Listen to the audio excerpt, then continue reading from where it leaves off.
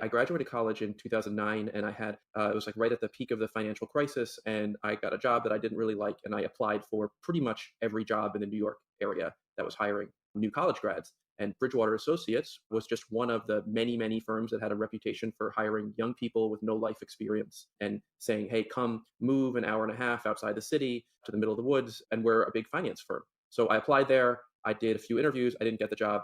I honestly didn't think anything else of it. I got very few jobs then. So a few years later, I was really committed to journalism, and I was working for a hedge fund trade publication, which is just like a magazine that caters to the hedge fund industry. And Bridgewater, world's biggest hedge fund, was a big part of our coverage. And that's when I started to hear more about it and hear more about what he calls the principles and this sort of like pseudo like self-help philosophy that he's got going on. And he just kept getting more and more famous. So it went from something that I would have heard of because I was looking for a job to something that I would have heard of because I was in finance journalism to then all of a sudden something that, Nippy is getting a book gifted to him by someone who I imagine Right. didn't work at Bridgewater. They just became very intentionally this super famous figure and wanted to be about more than just making money. I think So one of the co-hosts is Sarah Edmond, an attractive brunette. She was prominently featured in the Nixium documentaries, and then her partner is Nippy.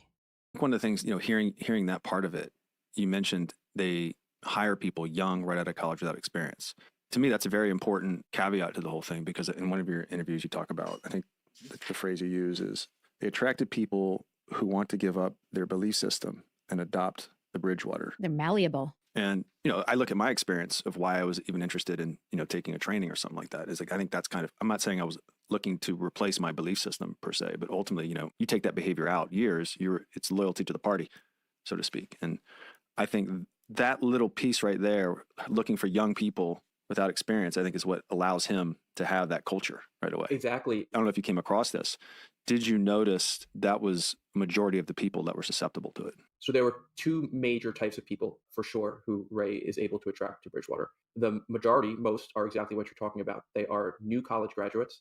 And I'm not sure I would agree necessarily, by the way, that they want to give up their values more than that they can very easily, because they don't necessarily have any.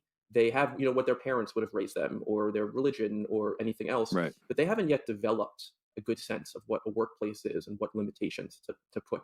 So in many cases, they don't even know they're doing it, which is even more powerful. And the other sort of person is, he attracts these people who are sort of on the second half of their career, they're not incompetent, by the way, in any means, but they're not necessarily on the path to become CEOs of major companies in their own right. And those people, I think, they have a sense of right and wrong, and they are actively putting aside